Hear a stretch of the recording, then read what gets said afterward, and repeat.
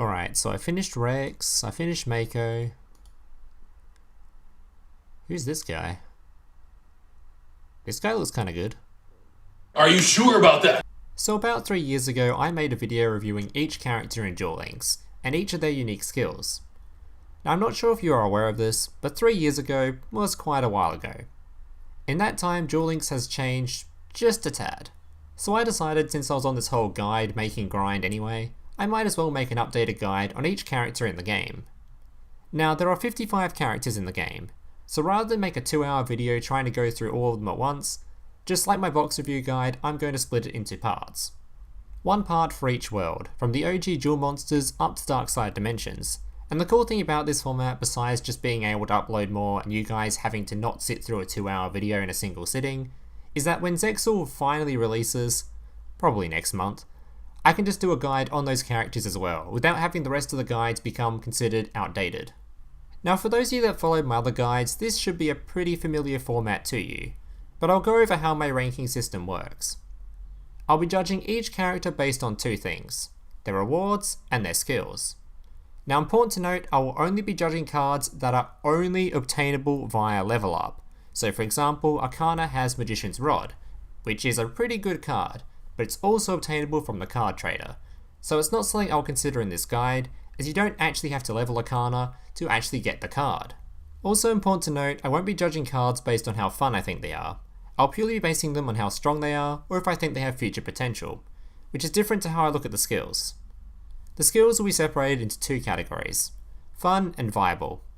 Viable in this sense is any skill that is used actively, or was used actively to an extent in any particular deck, or at least has the potential to be used in the future. And fun is any skill that's not really relevant but is still fun to play, such as the God card skills. Also important to note, I will not be reviewing based on shared skills, as there is no point to me reviewing a character based on grit, balance, or ties that binds, as all these kinds of skills are obtainable on a large portion of the characters, and really shouldn't be the main selling point of a character, as you most likely will be attaining these skills eventually anyway, or at least unlock a character that has access to them without having to do very much. If anything, this guide should be a way of you deciding which of the Ties That Binds characters is worth your time grinding. Some skills on this guide, like Life Cost 0, are shared, as you will see, but I've left it to a limit of 4 characters max per skill, as these skills are still really exclusive and should still be counted as selling points for a character. I will put all these factors into account and give you a ranking on each character, from S tier down to F tier. And without further ado, let's get into it. Also, just a heads up, if you do like this kind of content I'm producing and you want me to produce more of it, please consider subscribing or leaving a like, comment, all that kind of stuff, as it really does help. This kind of stuff does take a lot longer to make than my normal content, like a lot longer. I had to make 22 different infographics just for this one video alone. So yeah, if you like the video, make sure to leave a like, subscribe, and comment, and all that kind of stuff. So right off the bat, putting us on a decent start, we have Yugi Moto, B rated. Card reward wise, this guy is fantastic, and if you ever think about playing Magnet Warrior, this is a great place to start, giving you both Beta and Magnet Reverse. Yugi also offers Tackle Crusader, which saw a little bit of play recently in Rock Graveyard decks, and Relink Karibo, which is a bit outdated now, but not a bad card in any deck that needs tributes. Unfortunately though, Yugi does let us down a little bit in the skill department, only offering us Mind Monster cards as a skill that has seen decent meta play in the past. But since its nerf, it has dropped quite a lot. I also included Access Denied as a viable option, as I do believe it does have future potential, but as of right now, it's completely unplayed. Fun-wise, he does carry the skill which grants us our only access to Exodia, as well as one of the more less optimal ways to play Silence, which are both pretty fun skills to mess with. Next up, we have a banger, Yami Yugi, A rated. Now card reward wise, I'll be honest, he hasn't got much going for him, with the only decent card being Van Dalgion, which has never really seen any competitive play, but skill wise, he is probably top 5 in the game, purely based on how versatile he is. Destiny Draw, Spell Specialist, Sorcerer's Conduit, and Master of Rites are all fantastic skills that have seen a decent amount of ladder and tournament play across a variety of decks, including Invoked, Lightsworn, Witchcrafter, and just about every ritual deck in the game can use Master of Rites. On top of that, Yugi also offers a couple of fun skills, such as Master of Magicians for Dark Magician, a card Entrusted, and Cards of Sanctity, for those of you that want to mess with Slice of the Sky Dragon. Now for our first trash tier character, Yami Marik, D. Marik offers us absolutely zero card rewards at all, and although I did show 2 viable skills in Shadow Game and Right Back At You, realistically only Shadow Game gets played at the moment, and both skills are quite niche. Shadow Game may seem really good at the moment, as there are a lot of graveyard heavy decks going around in the current meta, but if the meta shifts, the skill just kinda dies. Like Yugi though, Marik does actually at least contain one of the God card skills with Power of the Tributed for the Winged Dragon of Ra, so if you feel like messing with my favourite of the God cards, at least Marik has that. Just when you thought we had reached the bottom of the barrel, I give you Yami Bakura, F. Again, absolutely zero decent card rewards, and sadly the only skill he had that was even considered decent at all was Compensation, which was only a fragment of its former self since its nerf. On top of that, it was only ever really played in Dark Lord, which has since moved on to a new skill anyway.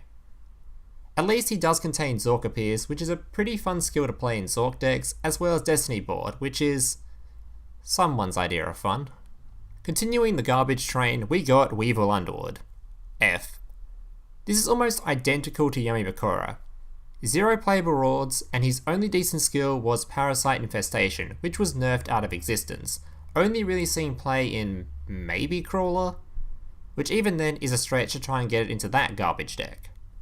Honestly, I would rate this guy lower than Bakura, as even this guy's fun skills are pretty damn lame, with Moth to the Flame being basically unusable, and Insect Uprising also falling into that category due to the lack of insect decks in the game. But I will admit there is a decent chance that Insect Uprising could become relevant in the future. Now for the character that was released as just one big April Fool's prank, Tristan Taylor. Surprise surprise, F tier. No rewards, no viable skills, not really much else to say here. He is probably the worst character in the game, which isn't exactly a surprise considering how he was released into the game. He does have Super Strength, which is a pretty fun OTK skill I guess, and if the true memers out there, you can play the Cyber Commander buff skill, but honestly, avoid this character unless you're really desperate for gems. Finally back on track now, we got Taya Gardner, C tier. Card reward wise, Taya has Cards from the Sky, which is a decent draw card, but as far as I know, I don't think it's ever actually seen any real tournament play, but I've certainly used it on ladder myself and messed around with it quite a bit. Life Cost 0 was basically a pure Cyber Sign skill, which as we know got ejected from existence. Holy Guard is only really usable in decks with low attack monsters that want to swing into their opponent's bigger stuff, like Gladiator Beast or maybe Fire King. And Duel Standby has received so many nerfs now, I'm honestly not sure if there is a deck that will ever play it again. Fun-wise, she does have Surprise Present, which is one of the most absurd skills in the game, as you essentially just gotta give your opponent a card in hopes they're dumb enough to activate it, which, knowing this community, isn't that much of a stretch. Continuing the Cs, we have Rex Raptor. This guy's rewards are honestly very strong, and have huge potential in the future, and if more Dino support is added to the game, could easily be a B tier. Overtake's Quellas is a cool card on its own, but it's really used to search for double Evo Pill, which we only have one copy of at the moment, making this card relatively unusable. Fossil Dig is basically an auto-include in any dino deck, as it can search for a majority of your dinos, and it only gets stronger as more dinos are added to the game.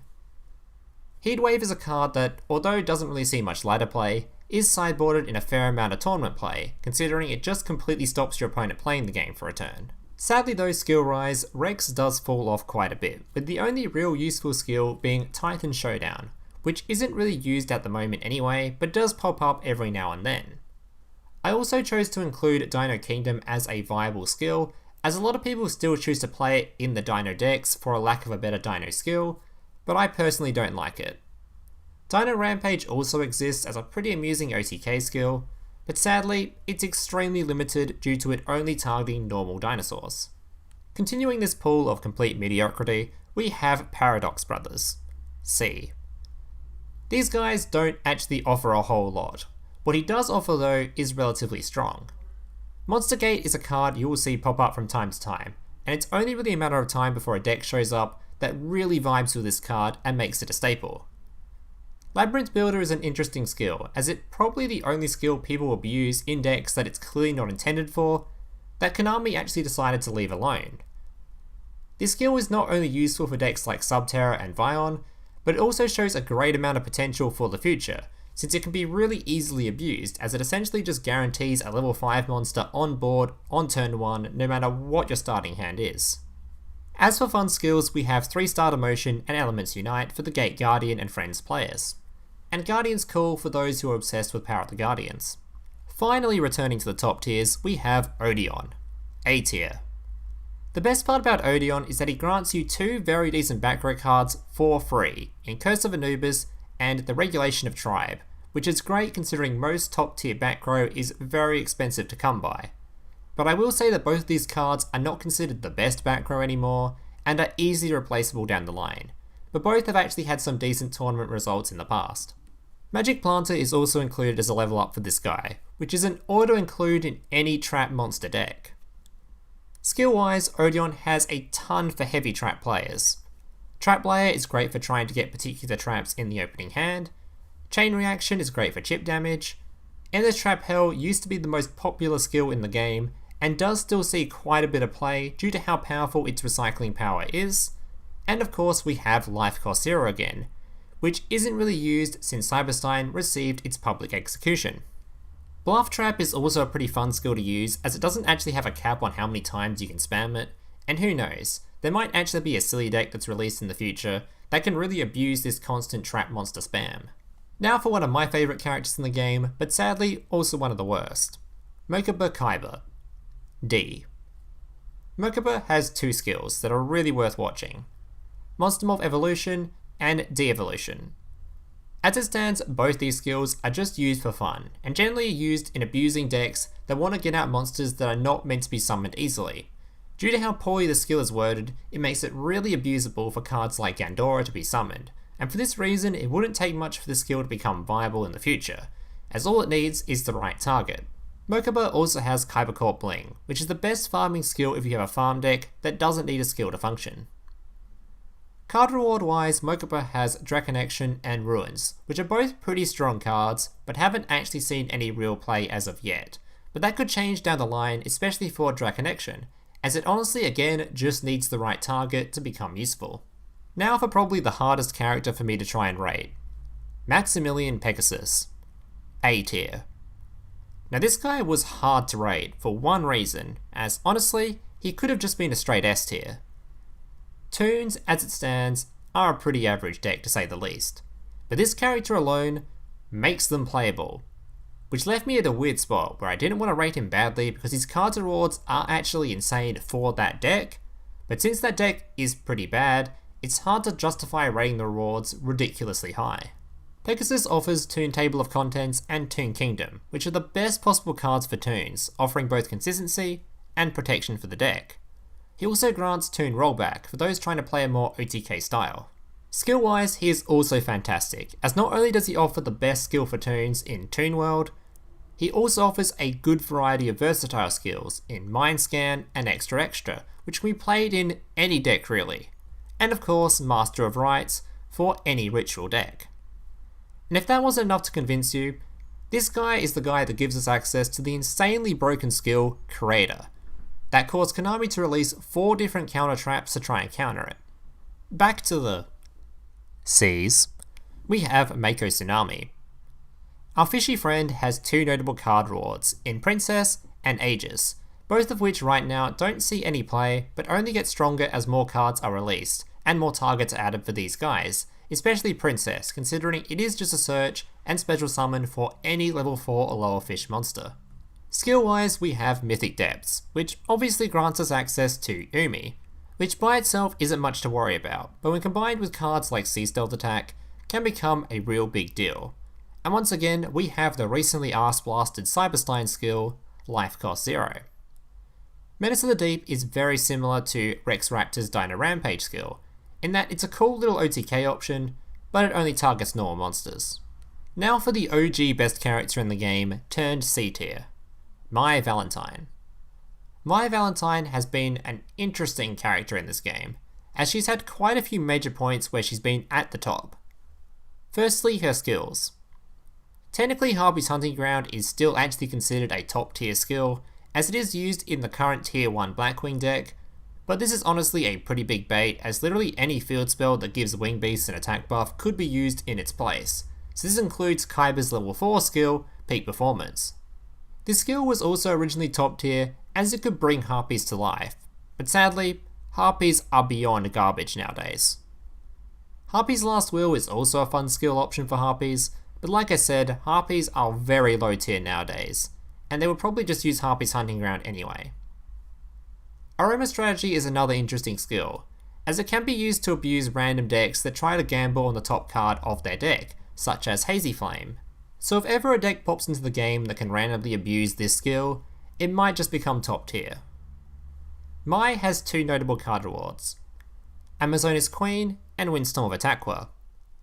I feel similarly to Windstorm as I did to the Odion level up traps, as essentially it's a free back row card with a decent power level that can be played anywhere. And Amazona's Queen is the boss monster of Amazonas, which is an effect that forces your opponent to have removal outside of just beating over your monsters, and combined with Onslaught is what makes that deck function. But again, kinda like Harpies, Amazonas isn't that great anymore, lowering the value of this card significantly. Returning to the B tiers now, we have Lumis and Umbra. This guy has some amazing card rewards, especially for tournament play. If we ever get a best of 3 with a sideboard option in the game, this character comes pretty nuts. These guys offer us 3 different continuous traps that counter 3 different metas. Shadow Imprisoning Mirror negates all dark monsters, Light Imprisoning negates all light monsters, and Master of Restrict prevents tributing. So if we ever get stuck in a meta where any of these things become predominant, we have a counter ready. Sadly though, these are more side deck cards, as using them on general ladder can backfire hard, since you more often than not will play somebody where these cards have absolutely no effect. Skill wise, they have Light and Dark, which used to be abused heavily, but did receive a small nerf and doesn't really have any insane targets at the moment, but will probably make a return as more cards are added to the game. Fun-wise, this character offers a ton of Mask Beast Descardia skills for you to play. Basically however you want to play the deck. And I can say from experience, that deck is pretty fun, so having a variety of skills to try with it is pretty cool. Now for everyone's favourite edgelord, Seto Kaiba, D tier. Sadly, poor old Seto has been power crept by his Dark Side Dimensions counterpart, and is now basically only used in Blackwings for the slight attack buff that he brings with Peak Performance to help the deck search, as well as abuse with Ancient Dragons. And if that deck ever goes out of meta, this version of Kaiba will probably never see play again. Card reward wise, he at least has Melody of the Awakening Dragon, which is an insane card that can be used to search for a lot of stuff, including Blue Eyes and the Vioneer. Majesty is also a level up card that is pretty decent for Blue Eyes, but it doesn't see that much play over some of the other more popular back row in the game. I'm sorry Joey Maker fans, but I'm afraid it's time. Joey Wheeler, F tier. Not a single usable reward or actually relevant skill. He did once have a viable skill option in Last Gamble, but sadly some evil people got a hold of that skill and turned one of the most fun skills into the game into a meta abuse, warranting it with a very harsh nerf to a basically unplayable state. Roll and Boost and Luck on your side can be pretty fun skills to mess around with, but honestly, if you want to play around with coin flip skills, you should probably just play Sartorius Kumar. Now for another character I had a lot of trouble trying to rank. Ishizu Ishtar, B tier. Now this character has no rewards, and 0 for fun skills. Literally all her selling points rest on the power level and versatility of her skills.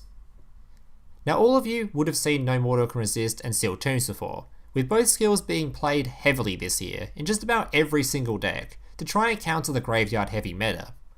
This became such a big deal that both of these skills received nerfs, but both skills are honestly still quite playable, especially Sealed Tombs, which can still be played in just about anything. On top of that, she also has Fairy Smile, which is a pretty insane life point gain in fairy decks, and Precedence, which is very similar to my skill Aroma Strategy, and could have some use in the future. Returning to the Seas, we have Espa Roba. This guy only has one really decent card reward in Jinzo Jector, which is basically a search and a special summon for Jinzo, which is a fantastic tech card in any trap meta. Sadly though, this guy's effect isn't a quick effect, and will take up your normal summon slot, so it's generally considered better to just run Jinzo by himself. Skill-wise, this guy doesn't have a whole lot. Cosmic Enlightenment can be used to search for any particular psychic monster, but outside of maybe Psy-Reflector, there isn't a whole lot of targets for this skill. And once again, we have the Cyberstein freshly beaten up by his daddy Konami skill, Life Cost 0. As for fun skills, this deck has a couple of nice Jinzo orientated skills for if you want to try and build a deck around him. And it has Psychic Vision, which is a really interesting skill as it stops your opponent activating effects that reveal cards on their first turn, making it a potential counter skill in the future. Now for probably the biggest letdown character in my opinion on the entire list. Bonz. D tier. Now Bonz is what was meant to be the zombie character, but sadly, he wasn't really given any skills that benefited zombie decks all that much. The closest skill he got was Posthumous Army, which does have some pretty cool uses, especially when combined with Doomkaiser Dragon or Red Eye Zombie Necro, and can even be used as like a neat little counter skill to cockblock your opponents if they require a certain monster type. But its activation requirement basically prevented it from ever being relevant, but I do have hopes it could go somewhere in the future. As for card rewards, Bonz has two, both of which don't really see a whole lot of play. Yuki Owner sometimes sees play in Subterra, but it's mostly overlooked considering there are cards just like her that generally produce better results. Zombie World is another one of those sideboard cards similar to Lumis and Umbra's rewards that can be used to counter a few different decks, but it's mostly overshadowed by Necro Valley as it's the weaker of the two graveyard counter field spells. Now onto the finger gun master himself, Bandit Keith, C tier. Card reward wise, Keith hasn't got much. Machine Duplication is a pretty good card with a lot of future potential, but doesn't have a place in the game right now. Keith's main selling points are similar to Ishizu, in that he just has some very versatile skills. Switcheroo and Bandit are both skills that can be played in just about any deck you like, with Switcheroo being a top skill at the moment in Invoked Neos. Baggy Sleeves was also once a top tier skill, before the Thunder Dragon nerfs that nerfed not only the main deck the skill was played in, but also the skill itself, which has decreased its usability quite a lot. Bandit Keith, just like Joey, also has a pretty neat coin flip skill, but again, Sartorius is definitely the superior option if you want to play that kind of stuff. And finally, saving the absolute best for last, Arkana, S tier. This character has fantastic card rewards, and fantastic skills. Every single Dark Magician deck runs a copy of Illusion Magic. It's a must for the deck, to keep it consistent. And Dark Magic Curtain is used fairly frequently in Dark Magician decks as well, due to it also having the added bonus of activating your skills, such as Destiny Draw, as well as summoning Dark Magician straight from the deck for your circle. Viable skill wise, the character has 3 skills. Spell Specialist and Show of Nightmares are both ridiculous skills in spell heavy decks, or decks that rely on particular spells to pop off, whether that be Witchcrafter, Lightsworn, Spellbook, whatever. And Trick Up the Sleeve is generally not used that much anymore due to Dark Magician being pretty damn consistent without it, but there is definitely potential for it to come back if we ever need a level 7 or higher Dark Spellcaster monster in opening hand. Alright guys, that's it for this little guide. Let me know if you want me to continue this little mini series through all the different worlds in Duel Links, as just a reminder, this does take a lot of time for me to make, much more than my general content. So if you want me to make more content like this, please consider subscribing and liking this video, so I know it's actually worth the effort I put in. Hey, big brother, can I watch SpongeBob? Shut up, Mokuba. I'm busy flagging YouTube videos to compensate for the fact that I have an extremely small penis. Oh.